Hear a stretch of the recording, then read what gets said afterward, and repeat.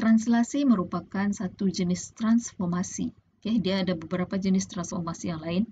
Maksudnya cara-cara objek itu berubahlah. Dan yang pertama yang hari ini kamu akan belajar adalah translasi. Dan ini adalah kita punya standard pembelajaran, yaitu mengenal translasi.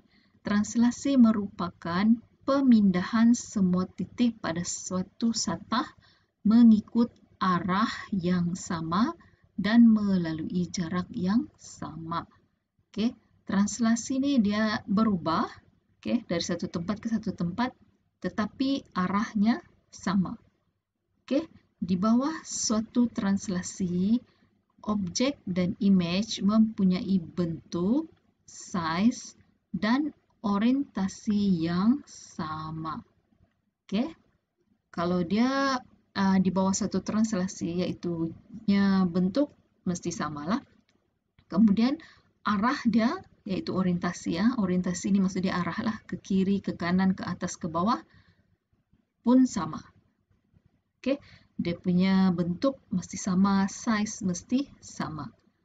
Paling penting arah. Translasi ini dia mesti mengikut arah yang samalah. Jadi contoh 4, kenal pasti raja yang menunjukkan translasi. Mana satu yang menunjukkan translasi? Ingat, translasi dia mesti bentuk dan arah yang sama.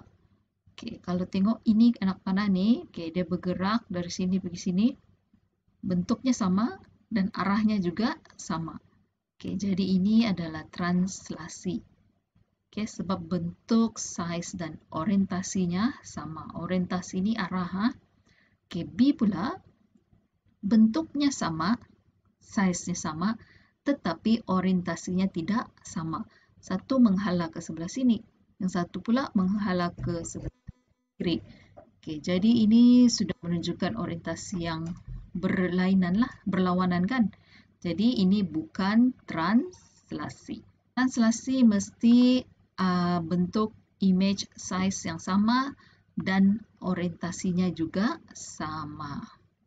Yang seterusnya di dalam translasi, apabila suatu objek itu melakukan translasi, dia mesti ada satu, kan dia ada arah, ke kiri berapa, ke kanan berapa, ke atas berapa, ke bawah berapa. Yang itu kita panggil dia vektor translasi. Ini adalah cara untuk menulis dia punya vektor translasi lah, yang seperti yang cikgu bagi tahu tadi. Vektor translasi dia dalam bentuk kurungan dan ada nilai A, B. A ini adalah pergerakan dia ke kiri atau ke kanan, dan B ini adalah pergerakan dia ke atas atau ke bawah. Kita tengok contoh. Bukan translasi bagi rajah berikut. Ingat translasi dia ada vektor translasi. Maksudnya ini kamu kena menyatakan dia punya vektor translasi. Dari Q ini ada Q prime nih. Ini adalah dia punya image. Yang asal dia yang ini, yang tiada tanda apostrophe di atas. So dari ini dia bergerak ke sini. Karena kamu mau kira, ingat translasi ada vektor translasi. Vektor translasi ditulis dalam bentuk kurungan, mesti ada satu nilai di atas dan satu nilai di bawah. Yang atas ni adalah dia bergerak ke kanan atau ke kiri. Yang di B di bawah ni sama ada dia bergerak ke atas atau ke bawah. E. Tengok E dulu. Titik ini Dan titik ini dia bersama dengan titik di sinilah. Jadi kita tengok dia ke kiri atau ke kanan. Dia ke kiri kan? 1, 2, 3. Dia ke kiri sebanyak 3 unit. Jadi dia punya translasi adalah negatif 3. Kalau dia bergerak ke kiri, dia punya nilai negatif. Kalau dia bergerak ke kanan, dia punya nilai positif. Kemudian dia naik atas. Dia naik atas berapa? 1, 2, 3, 4. Dia ke kiri tadi 3. Kemudian dia naik 4. Ke kiri negatif lah. Okey, dia naik naik atas jadi maksudnya positif. Kalau dia turun bawah jadi negatif. Okey? Itu cara menulis translasi. Okey, tengok penyelesaian di bawah ni. Sama saja. Okey, yang B, ini dia punya image. Ini asal dia. Macam ni lah contoh penyelesaian ni. Kita boleh ambil mana-mana. Okey, contoh cikgu ambil ini titik lah. Sini, kemudian image dia adalah titik ini. Okey, kita tengok dulu sama ada dia ke kanan atau ke kiri. Kita nampak dia ke kiri kan? 1, 2, 3, 4 ke kiri. Sebab tu sini negatif 4. Kemudian dia turun bawah 1, 2, 3. Sebab tu negatif 3. Contoh yang ke-8. Yang ini kita melukis image bagi objek. Kalau dia bagi vektor translasi. Okey, kalau dia punya objek yang asal. Kemudian ini adalah vektor translasi. Okey, di atas ni sebab dia negatif 2. Apa maksud dia kalau negatif 2? Dia bergerak ke kiri. Okey, ke kiri sebanyak 2 unit. Okey, dari A, kita ambil satu titik. Okey, inilah kita ambil. Dia bergerak ke kiri 2 unit. 1, 2. Kemudian, yang ini kalau negatif maksud dia ke bawah. Kalau dia positif baru ke atas lah. Ke bawah sebanyak 4 unit.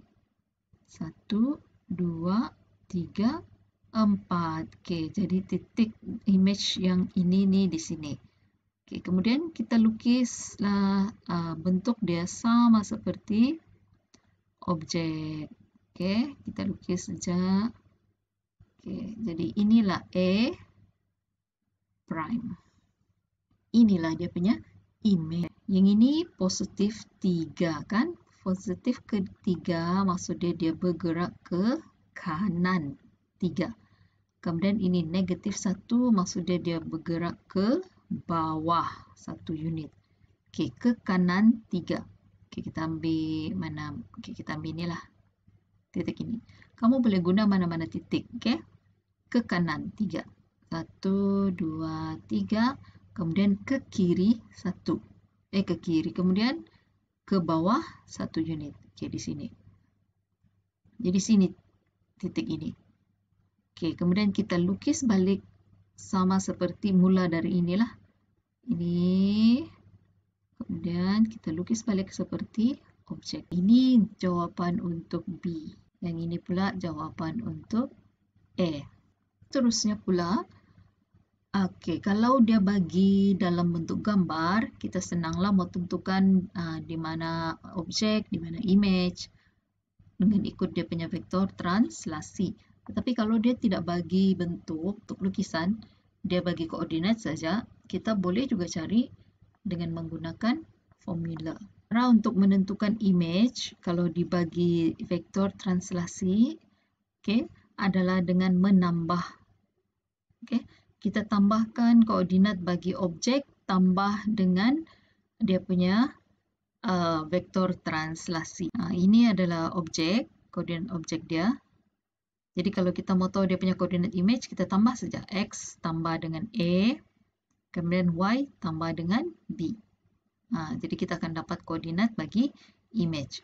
Contoh soalan, tentukan koordinat bagi image titik Q. Okey, ini objek dia, koordinat objek. Dan ini adalah vektor translasi. Okey, jadi cara untuk menentukan koordinat bagi image dia. Satu, kamu boleh lukis.